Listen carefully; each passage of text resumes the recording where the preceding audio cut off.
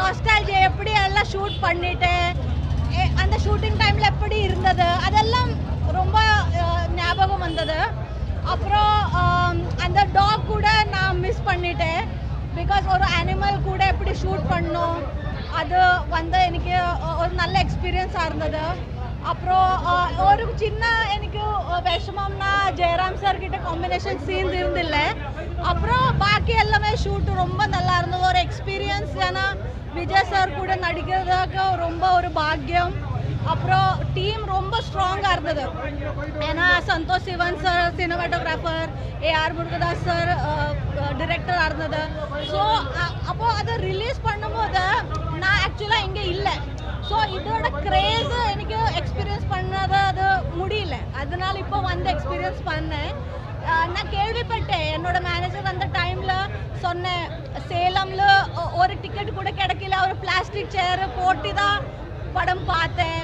அப்புறம் என்னோட ஒரு கசின் சிங்கப்பூரில் இருந்தேன். அவர் சொன்னேன் 3 days ஃபில்மில் டிக்கெட் கிடைக்கல.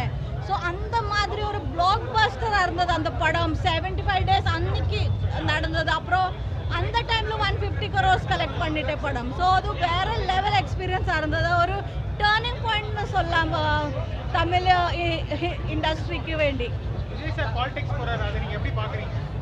ரொம்ப ரொம்ப மிஸ் பண்ணுவேன் அவரை. Dear middle class, please subscribe to Classic Goods. நான் எப்படும் யோசிக்கும் கி துப்பாக்கி 2 வரணும் அப்படி யோசிக்கும். பட் யார் பண்ணுவேன் சார் இல்லை. ஸோ அந்த இப்போ கூட நான் பார்த்தேன் அந்த வித்யு ஜம்வால் வெள்ளத்தில் தான் தண்ணியில் தான் போவேன். ஸோ துப்பாக்கி 2 வரலாம், அவர் திருப்பி வரலாம். ஆனால் விஜய் சார் இல்லை. அப்போ யார் பண்ணுவேன்? ஸோ மேபி சஞ்சய் ஜோசப் பண்ணலாமே அப்படி நான் எப்பவும் நினைக்கிறேன்.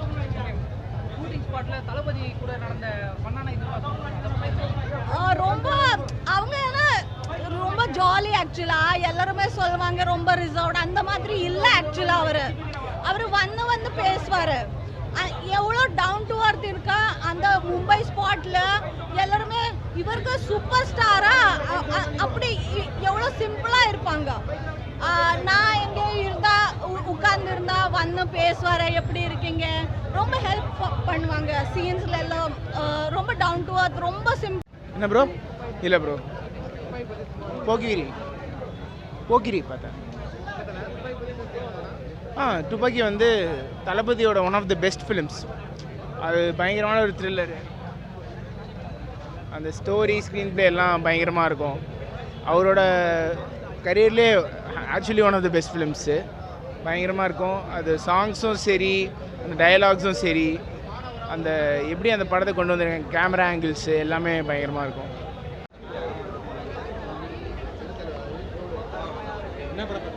துப்பாக்கி படம் நல்லா இருந்துச்சு. அப்போ பார்த்தா அதே ஃபீல் தான்.